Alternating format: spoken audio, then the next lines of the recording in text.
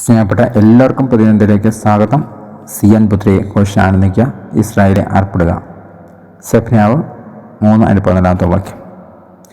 സെഫന്യ പ്രവാചകൻ പ്രതിസന്ധിയിലായിരുന്ന ജനങ്ങളോട് അഭിസംബോധന ചെയ്യുന്നത് ധാരാളം തിന്മകൾ നിറഞ്ഞ ആ ജനത്തോട് ആസന്നമായ ദൈവീയ ന്യായവിധിയെക്കുറിച്ച് അദ്ദേഹം പ്രവചിച്ചു. സെഫന്യാവ് 3:1-8 വാക്യം. പിന്നീട് ഈ ന്യായവിധി സംഭവിച്ച് ജനം പിടിക്കപ്പെട്ട് ക്രോസായപ്പോൾ അവർ പാട്ട് മറന്നുപോയി. സങ്കീർത്തനം 137:49 വാക്യം.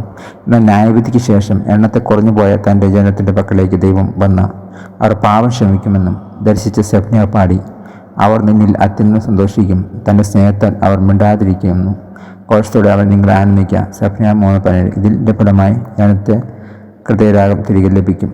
വാക്യം പോകുന്നത് നമുക്കും നമ്മുടെ അനുസരണക്കേട് മൂലമോ ജീവിതത്തിലെ പ്രതിസന്ധികൾ മൂലമോ നമ്മുടെ സന്തോഷത്തിൻ്റെ ഹൃദയരാഗം നഷ്ടപ്പെടാം. എന്നാൽ ക്ഷമയുടെയും സ്നേഹത്തിൻ്റെ ആ ഒരു നാദം നമ്മുടെ മുൻപിൽ ദൈവത്തിൻ്റെ ഈ മധുര സംഗീതം ശ്രമിച്ച് നമുക്ക് ചേർന്ന് പാടാം. ദൈവത്തിൻ്റെ സന്തോഷം നിലനിർത്തുന്നതിന് ശ്രമകരമായി തോന്നുന്നുണ്ടോ? ദൈവം നിങ്ങളെ സന്തോഷിക്കുന്നതിന് പ്രതികരണങ്ങളായി എന്ത് പാട്ടോ കവിതയോ പ്രാർത്ഥനയാണ് നിങ്ങൾക്കുള്ളത്? പ്രാർത്ഥിക്കാം. സ്നേഹമുള്ള ദൈവമേ, അവിടെ നിന്ന് സന്തോഷിച്ച ഗീതങ്ങൾ പാടും എന്നുള്ളത് സങ്കല്പിച്ചാൽ അതിശയമാണ്. ഞാൻ അങ്ങനെ സ്തുതിക്കുകയും എൻ്റെ സ്തുതിഗീതം പാടുകയും ചെയ്യുന്നു. ആമേൻ. Thank God. God bless you. പുതിയ ദിവസം പുതിയ അനുഭവങ്ങൾ ദൈവം നിറക്കട്ടെ. God bless you in Jesus name. Amen.